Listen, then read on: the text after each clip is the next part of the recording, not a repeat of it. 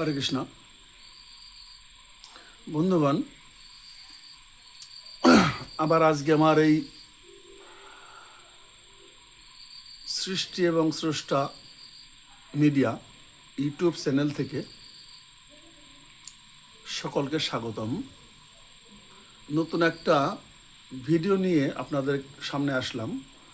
বাস্তবতা অর্থাৎ এই রকম পরিস্থিতির সম্মুখীন আমি পূর্বে কখনো হইনি। এখন থেকে বোধহয় 3-4 দিন পূর্বের কথা। আমি গ্রামের বাড়িতে আসছি। আমি রাত্রি বাজে তখন 9টা। আমি আমার এক রিলেটিভ অসুস্থ আমার পাশের গ্রামে, সেখানে যেতে গেলে ছোট্ট একটা মাঠ আছে, মানে শস্যের মাঠ। সেখান দিয়ে যাচ্ছি, শুক্লপক্ষ চলে তো চাঁদেরও আলো আছে, কিন্তু সেখান দিয়ে যেতে যেতে সেই বাড়িটা আর খুঁজে পাচ্ছি না।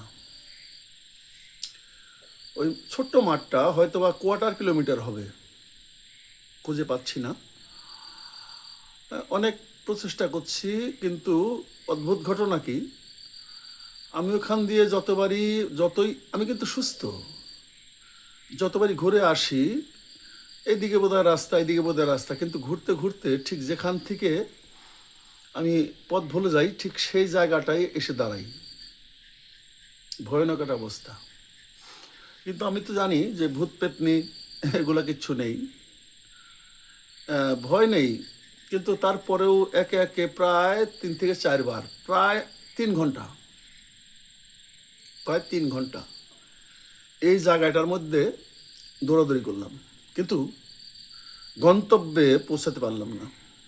যতবারই যে রাস্তা দিয়ে ঢুকি, কিন্তু ঘুরে আবার ঠিক পূর্বের জায়গায় চলে আসি। কেন হলো সেই বিষয়টা নিয়ে আজকে বসেছিলাম। এটা এটা কেন ঘটলো, এই অবস্থাটা কেন ঘটলো, ভূতে না কিসে ধরছে? তো যাই হোক, পরে দেখলাম যে না, এটা আমাদের চিন্তা চেতনা মতিভ্রম হয়।